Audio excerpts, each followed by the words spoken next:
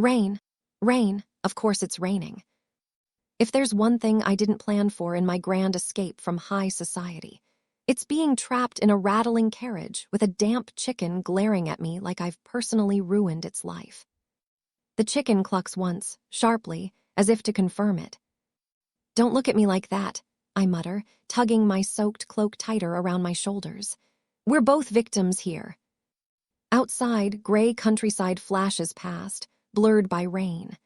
Every bump on the road jolts my teeth, and I clutch my carpet bag like it contains my last shred of dignity, which, in fairness, it might. I left everything behind this morning. My room, my jewels, my future, and a letter on my dressing table that simply said I'm sorry. It's dramatic, I know. But if one can't be dramatic while running away from an arranged marriage to the most insufferably perfect man in England, when can one? Duke Sylus Hawthorne, cold, controlled, all sharp edges and slow, assessing glances that make me feel like an unsolved equation. The man doesn't laugh, he barely blinks. And somehow, I was supposed to marry him. Well, not if I have anything to say about it. The carriage jolts again, and I grab the window frame as mud splashes against the glass. My hood slips forward, hiding my face. I look ridiculous, probably. A runaway heiress pretending to be invisible while sharing space with a poultry accomplice. I let out a shaky laugh. "Congratulations, Selene.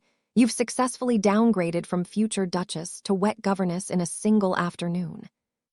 The chicken squawks, unimpressed. The signpost outside flashes by. Ravenswood Estate, 2 miles. My heart stops. No, it can't be Ravenswood, as in Hawthorne's Ravenswood. I snatch the letter from my bag, the one from the employment agency. The position is listed as governess for 2 young ladies, respectable noble household in the country. I hadn't asked which household. That had seemed safer. Apparently not. I press my palm to my forehead. "You've got to be joking." "Miss Arden," the coachman's voice cuts through my panic. "We'll be arriving soon, miss. You said you're to meet the housekeeper." "Yes," I say quickly, lowering my voice to sound calm. "Mrs. Willett." My alias still feels strange. Elena Arden, a name as plain as porridge. Safe, forgettable, the kind of woman who never gets caught in scandals or chicken-related disasters. The kind of woman Duke Hawthorne would never notice. The carriage turns up a long, tree-lined drive. Ravenswood rises out of the mist like something from a Gothic dream. Towering gray stone, endless windows, a mansion that probably has opinions about one's posture. I swallow hard. The Duke owns this place. But surely he isn't here. Men like him have a dozen estates. He's probably in London, terrorizing Parliament. Hopefully. The carriage stops. I step out into drizzle that immediately soaks through my boots. The air smells of wet earth and cold stone. My skirts cling to my legs. Perfect. Exactly the kind of grand entrance I was hopping for. A woman in an apron marches down the front steps toward me. "You must be Miss Arden." I smile tightly. "Yes, ma'am, Elena Arden. Thank you for having me." She looks me up and down like she's weighing the odds of me surviving the week. "I'm Mrs. Willett, the housekeeper. You're younger than I expected. You've worked with children before, I trust." "Oh, certainly." I nod far too fast. "I've read about them." "Read about them." "In books." Her silence could curdle milk.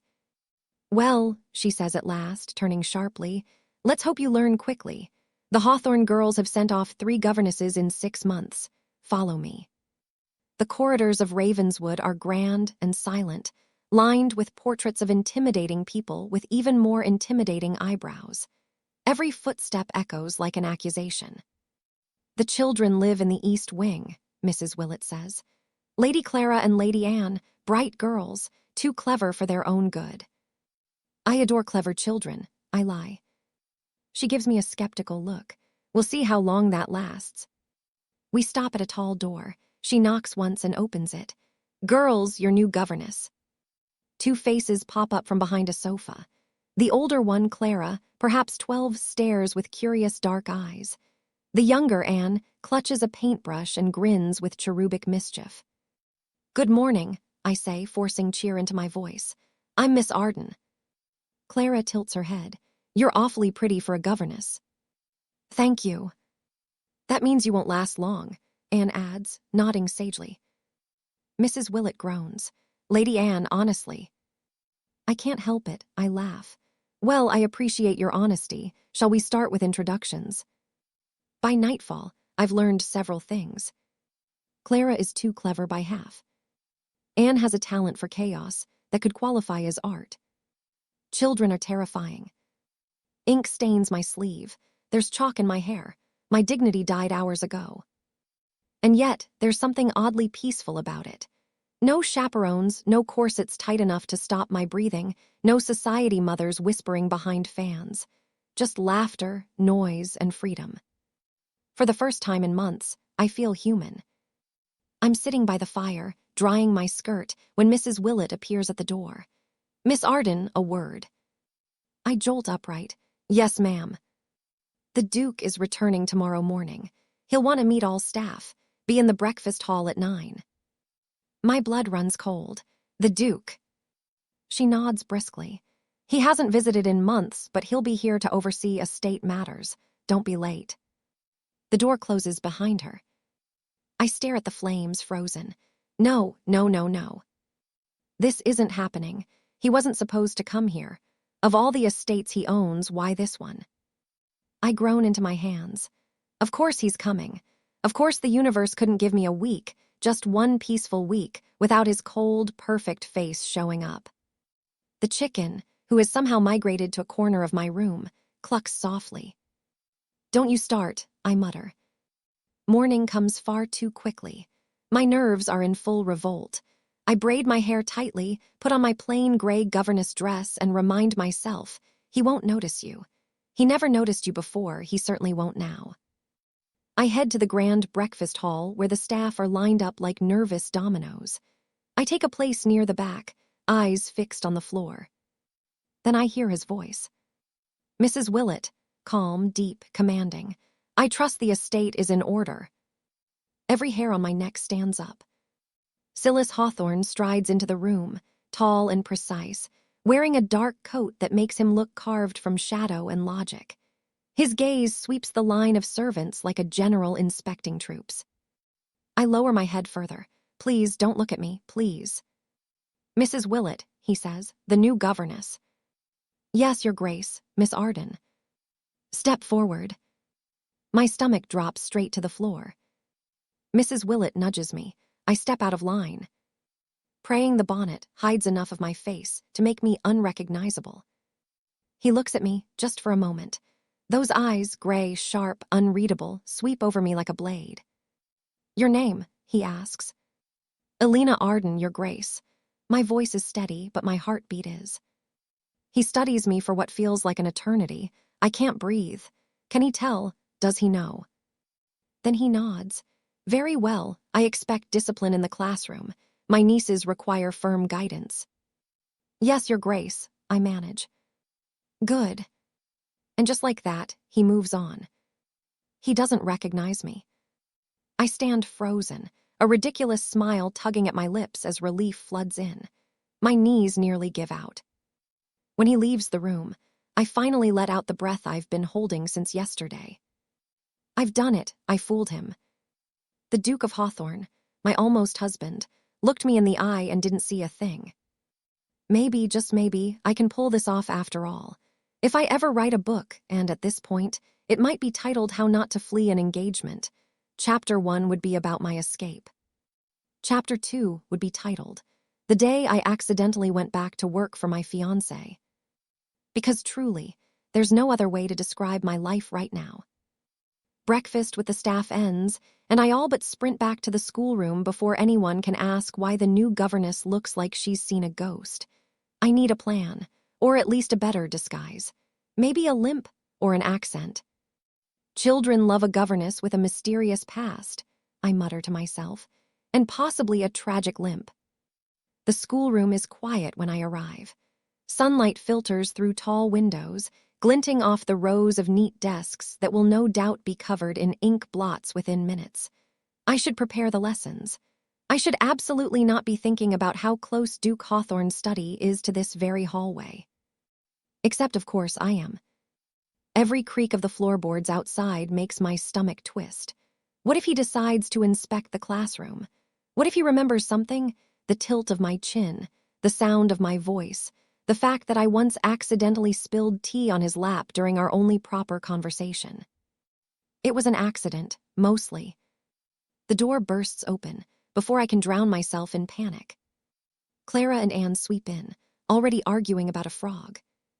"I told you he could jump that high," Anne says, proudly holding up a small jar. The creature inside glares at me, unimpressed. "Lady Anne," I say carefully, "why is there a frog in the classroom?" "It's for science," she says sweetly. "Science?" "Yes, we're measuring his bravery." The frog blinks. I feel a kinship with him. "Right," I say, trying not to sound like a woman teetering on the edge of collapse. "Well, perhaps we can learn bravery without amphibian involvement today." Clara smirks. "You're not like the others. Miss Pembroke cried by noon." Miss Pembroke wasn't used to frogs. "Neither are you." "True," I admit. "But unlike Miss Pembroke, I'm too stubborn to cry before lunch." That earns me a grin. Small victories. We spend the morning attempting mathematics. They cheat. Reading, they argue about the ending. And penmanship, Anne draws mustaches on every historical figure in her book. By midday, I'm exhausted but weirdly proud. They're impossible, and I love them already. After lunch, I escape to the garden for air, and immediately regret it. He's there. Duke Sylus Hawthorne stands by the rose bushes, speaking with the steward. The sunlight makes his dark hair look almost gold, though his expression is the usual brand of "I was born displeased and plan to die that way." I freeze halfway down the path. Maybe if I move very, very slowly, he won't notice. "Miss Arden." "Blast." I turn, forcing a polite smile. "Your Grace." His gaze is steady, assessing. It always was. He looks at people as if he's cataloging them: age, purpose, potential for chaos. I wonder what category I fall into now. "I'm told my nieces have responded well to you," he says.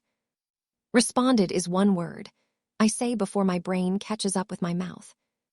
One of his eyebrows lifts, barely, but it's there. Indeed. Heat rushes to my face.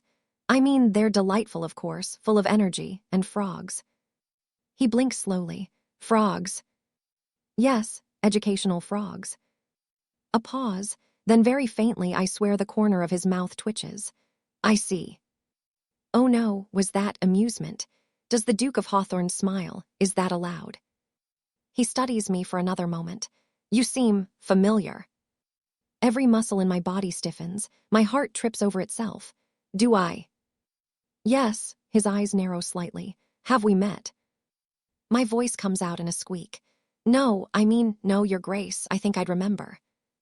He watches me for a long, quiet beat that feels like an eternity. Then he nods. Very well, continue your work. Yes, Your Grace. He turns and walks away, long strides precise and deliberate. I exhale only when he disappears behind the hedges. I nearly collapse onto the nearest bench. That was close, too close. The chicken, whom I'm beginning to suspect has followed me again, struts out from behind a bush. Oh, don't look smug, I whisper. I survived, did I? The chicken coos, unconvinced. Days pass in a blur of ink, laughter, and near discoveries. I become something new. Not Lady Selene Armont, perfect daughter of a marquis, but Miss Arden, a governess who burns porridge, forgets Latin, and laughs too easily. And to my utter horror, I'm happy. The girls adore me. They test my patience hourly, yes, but they also sneak cookies into my pockets and declare me the least boring adult alive. It's the highest praise I've ever received. The Duke, meanwhile, remains a distant, infuriating presence, always nearby, never too near. I see him at meals sometimes, listening more than he speaks, observing everything. Once, I catch him watching Clara and Anne play piano, his expression soft for just a second before the mask slips back on. It's unfair, really, that a man so stoic can look that heartbreakingly human when he thinks no one sees. And unfortunately, I do see. One evening, I'm helping Anne with her essay when Mrs. Willett rushes in, pale and anxious. "Miss Arden, the Duke requests your presence in the study." My stomach drops. Me. "Yes, you," immediately. Anne gasps dramatically. "You're in trouble." "Thank you, Anne," I mutter. I smooth my dress, wipe ink off my hands, and make my way down the long corridor. My heart hammers louder with every step. What if he's figured it out? What if he's about to confront me? The study door is open. He's there, of course, behind a massive desk, surrounded by books and the faint smell of ink and cedar. "Miss Arden," he says, not looking up, "come in." I step inside and close the door. "You wish to see me, Your Grace." He gestures to a paper on his desk. "Clara's essay. You wrote this note." "Yes, she forgot to use punctuation." His mouth twitches again. "I noticed." "Your correction was spirited." "It was accurate," I defend. "It was scathing. She used 12 commas in one sentence. That's a crime." Now he does smile, a real one, brief but undeniable. "A crime, you say?" I blink. Did I just make you laugh? His expression shudders immediately. "Of course not." "Oh, I definitely did." He stands, crossing to the window. "You're unusual, Miss Arden." I tense. "Unusual, Your Grace." Most governesses are quiet, predictable. You, however, seem determined to challenge everyone, including me. I swallow. "Is that a problem?" His gaze meets mine. "Not necessarily." The air feels heavier suddenly.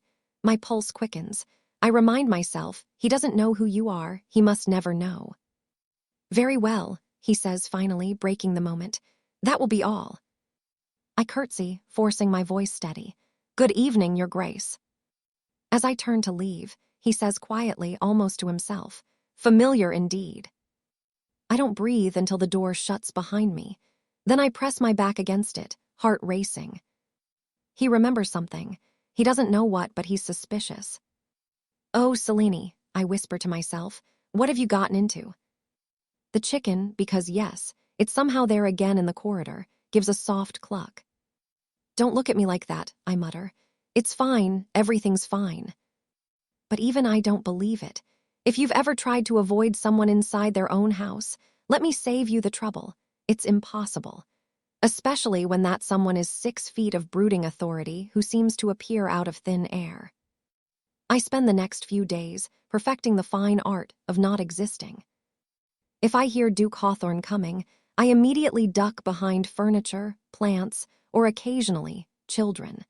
The staff now think I have a nervous twitch and a suspicious interest in curtains. Unfortunately, the universe has decided that subtlety isn't my strong suit. I'm in the library today, searching for a book on geography for the girls. The shelves stretch so high they nearly touch the painted ceiling. The room smells of dust, paper, and quiet power, the kind of room where secrets linger in the corners. I find the book, mutter a small victory to myself, and turn. Straight into him. My heart stops. "Your Grace," I squeak, clutching the book to my chest like a shield. "Miss Arden," he says evenly, though his eyes flick down to the geography text. "Studying." "For the children," I blurt out. "Not for me. I already know where things are, mostly." He raises an eyebrow. "Mostly." Well, some maps are just opinions, really. There's that twitch again, that fleeting amusement that makes his eyes less steel and more storm cloud silver. "You continue to surprise me." "That seems dangerous," I mutter, then immediately regret it. He tilts his head. "Do you always speak your thoughts aloud?" "Only the interesting ones." His lips curve just slightly, a fraction, but it counts. My heart does a ridiculous little spin. "Stop it, Selene. You're supposed to be avoiding him, not collecting smiles like trophies." "I hear the girls are improving under your care," he says, walking past me to set a book on the table. They've taken quite a liking to you. They're delightful, I say, following carefully, because apparently I've lost the ability to act natural. Though I suspect Anne will one day overthrow a small nation. She does have leadership qualities. That's one way to describe her. He looks up sharply, and I realize too late that my tone was far too familiar. I lower my gaze, cheeks burning. Apologies, Your Grace, I speak too freely. He studies me quiet, then softly, No, it's refreshing. Oh no. That was soft. Dukes should not speak softly, especially to their runaway fiancés disguised as governesses. The air feels warmer, heavier.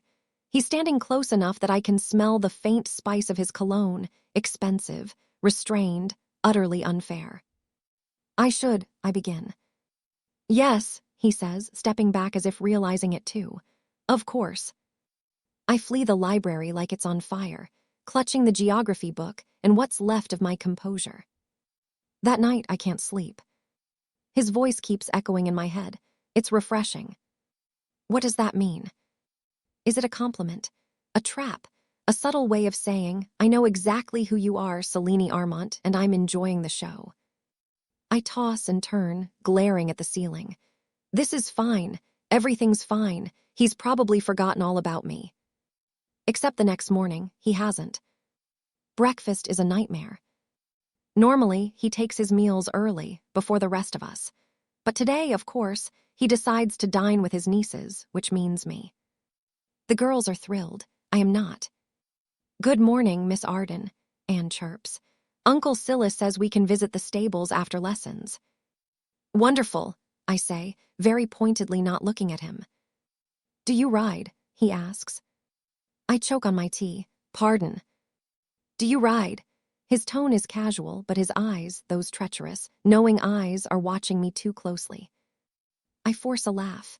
Oh, not really. Horses and I have an understanding. I don't bother them, they don't trample me. Clara giggles. You're funny.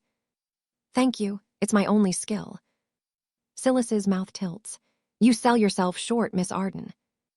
And there it is again. That strange flicker of warmth that makes me forget I'm supposed to be a mysterious, anonymous governess. I need to leave before I forget my fake name entirely. Excuse me, I say quickly, rising. I promised the children a spelling lesson. After breakfast, he reminds me mildly. I blink. Of course, I just wanted to prepare my letters. Anne frowns. You mean write them? Yes, write them. Preparation is writing. The Duke raises an eyebrow, clearly amused. By all means, Miss Arden, prepare away. I flee, again. At this rate, the servants will think I'm in a perpetual sprinting competition with myself. That evening, while helping the girls with their piano practice, I catch his reflection in the doorway mirror. Watching again, always watching. He doesn't interrupt, just stands there, arms crossed, listening as Anne butchers the melody with great enthusiasm. His gaze lingers on the children first, then, for a heartbeat, on me. And in that moment, I know. He suspects something. He doesn't know who I am yet, but his instincts are sharp. Too sharp. Every time our eyes meet, I feel it, that silent question burning behind his calm facade. Who are you, really? Later that night, I find myself wandering the halls, restless. The house is quiet, the kind of silence that makes you hyper-aware of every heartbeat. I pause by the large portrait gallery. The candlelight flickers across generations of Hawthornes, all stern faces and tragic cheekbones. And then I see it, him. Sylus, in full military uniform, painted years ago. His expression is the same, stoic, unreadable. But his eyes, there's a kind of sadness in them the real man never lets anyone see. I reach out, fingers almost brushing the canvas. You really are impossible, aren't you? I whisper. Talking to my portrait, Miss Arden. I nearly jump out of my skin. He's behind me, of course, silent as sin. Your Grace, I gasp. I was just critiquing my likeness, he asks, stepping closer. Admiring it, actually. Truly. Yes, it's very Duke-like. He hums, amused. I shall take that as a compliment. I can feel the warmth of him at my back. Too close. My heart stutters traitorously loud. You shouldn't wander the halls alone at night, he says quietly. I couldn't sleep. Restless. Yes. He pauses. So am I. The silence stretches, not awkward, but charged. The kind that hums in the air, daring you to breathe wrong. I finally find my voice. Good night, Your Grace. Good night, Miss Arden. As I walk away, I can feel his gaze following me, heavy as a secret. And for the first time, I wonder, if he does find out who I am, would he hate me? Or would he finally see me? I always knew my downfall would come from something ridiculous. I just didn't expect it to involve a hat, a ladder, and a goose. Let me explain. It starts innocently enough. The girls want to visit the stables to see the new goslings. Easy, harmless. What could possibly go wrong? Everything could go wrong. Because somewhere between, look how fluffy they are. And I bet I can climb that.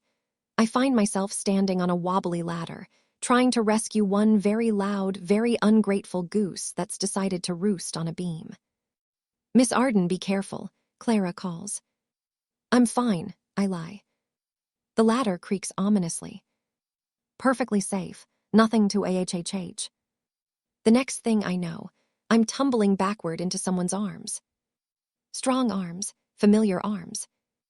Oh, for the love of, a deep voice mutters. I blink up and see him, Duke Sylus Hawthorne, expression halfway between disbelief and irritation. Miss Arden, he says slowly, why are you wrestling a goose on a ladder? I try for dignity. It fails immediately. It was a rescue mission. The goose honks in agreement, loudly.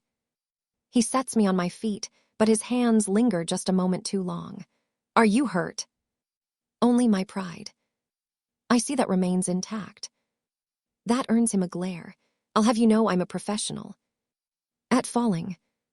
At problem solving. He gives a low, quiet laugh, and honestly, it's unfair how good that sounds. But then he looks at me, really looks at me, and something in his expression shifts. The amusement fades, replaced by something sharper, curious, searching. His gaze lingers on my face, the faint scar by my jaw, the curl that refuses to stay pinned, the way my eyes widen just a little too much when I panic. Miss Arden, he says softly, how long did you intend to keep this up? My stomach drops. Keep what up? He doesn't answer. Instead, he reaches for the brim of my borrowed hat, the ridiculous wide one I wear to hide my face, and tilts it back. My heart stops. His eyes meet mine, and I see it the moment recognition hits.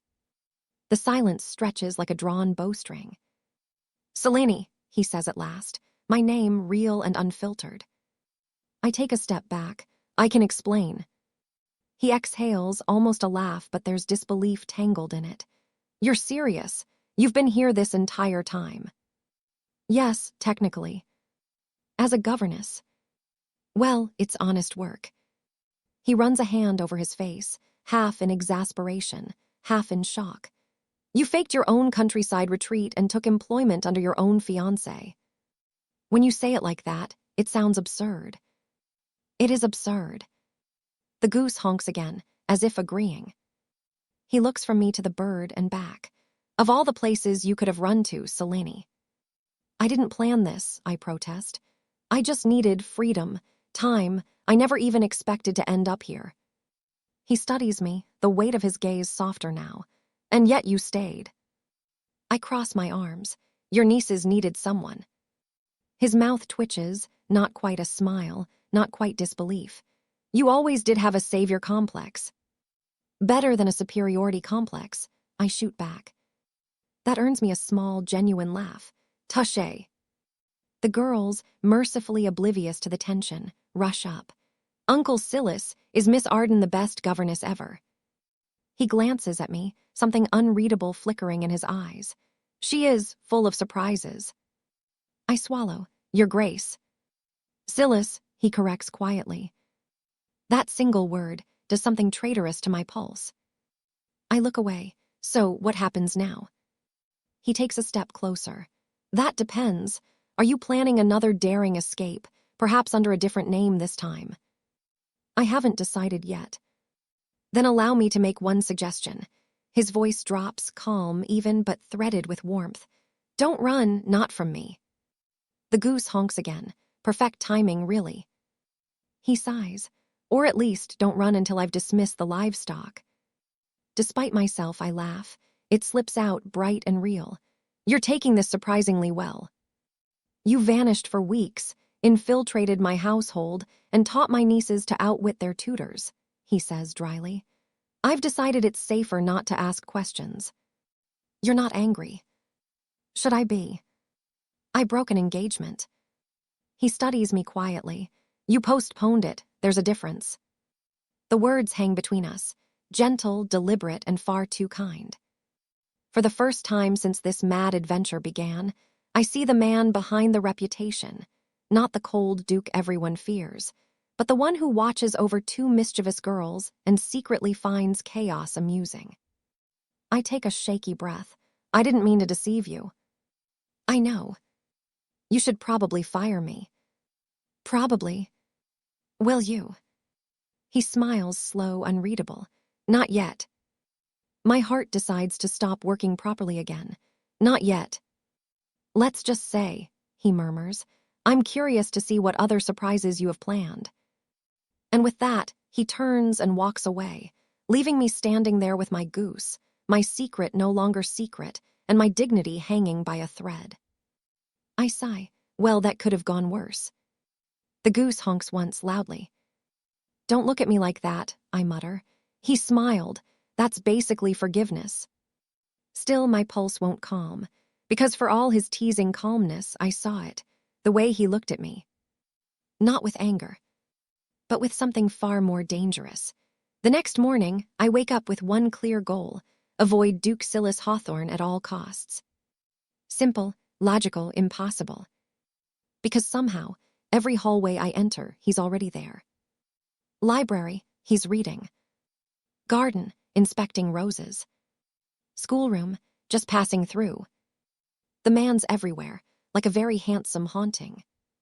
At breakfast, the girls chatter endlessly about frogs, music, and whether geese dream. Sylus barely speaks. He just watches, calm, unreadable, maddeningly patient. Finally, he says, Miss Armont. I freeze mid-sip. Miss Arden, I correct weakly. Not anymore, I think.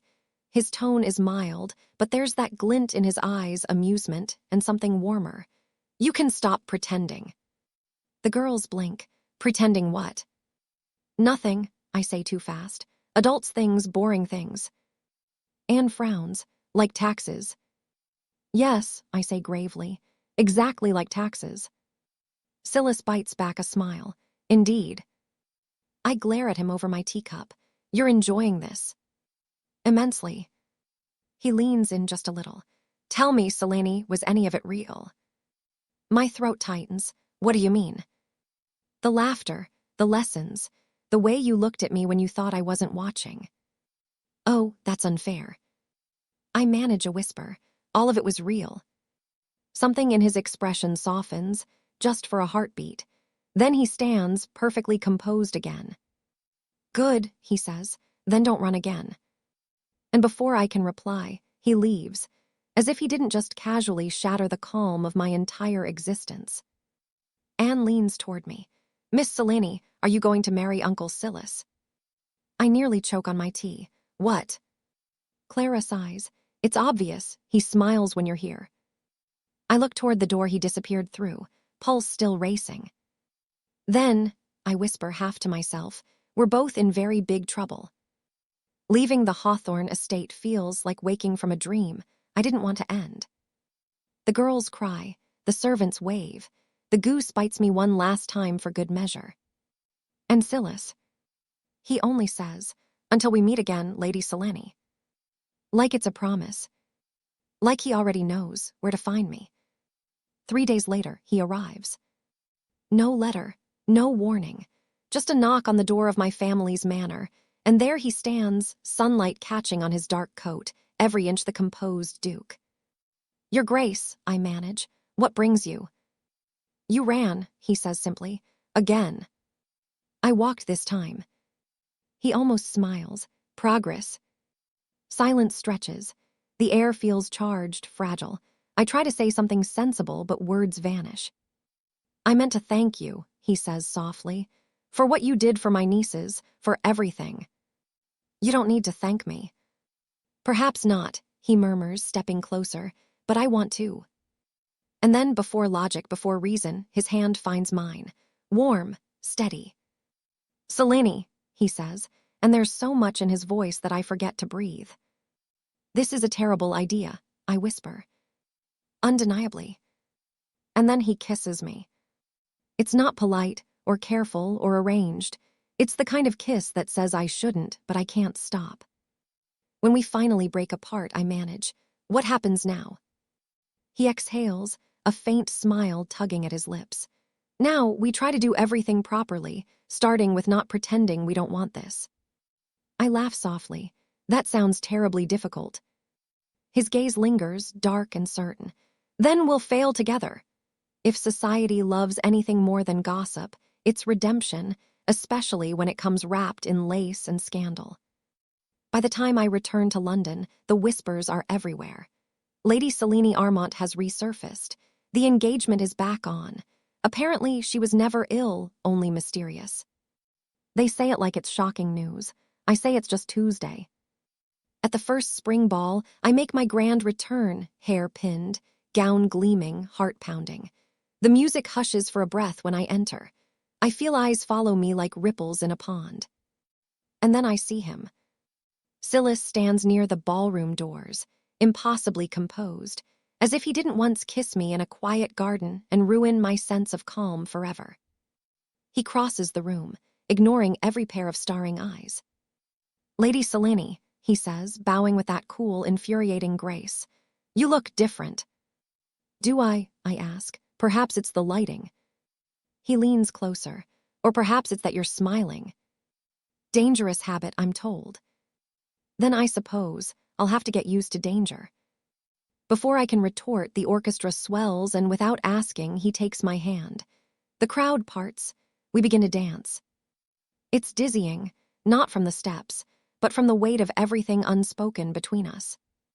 I believe, he says quietly, we've kept society waiting long enough. For what? For this. He stops the dance, turns toward the assembled nobles, and as casually as if he were commenting on the weather, says, Lady Selene Armont has agreed to marry me.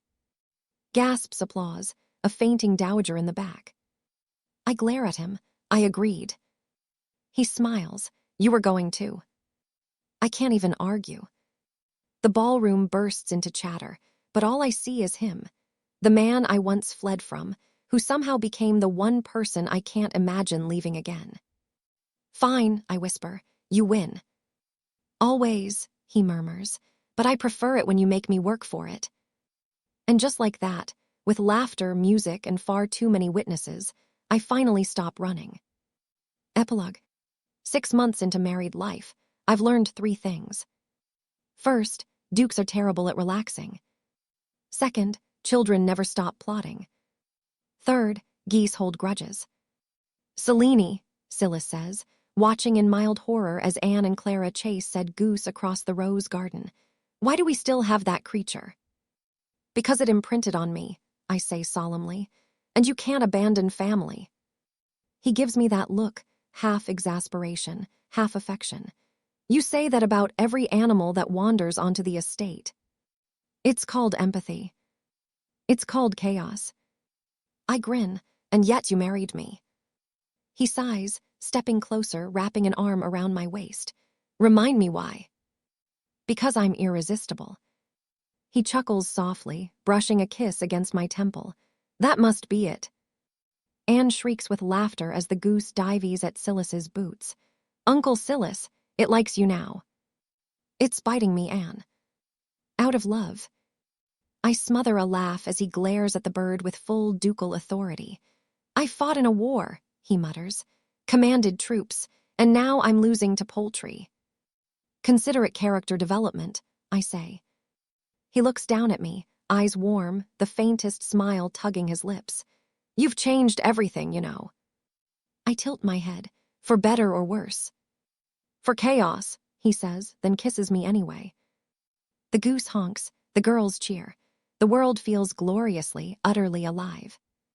And I think, for a runaway heiress who once fell off a ladder, I've done quite well.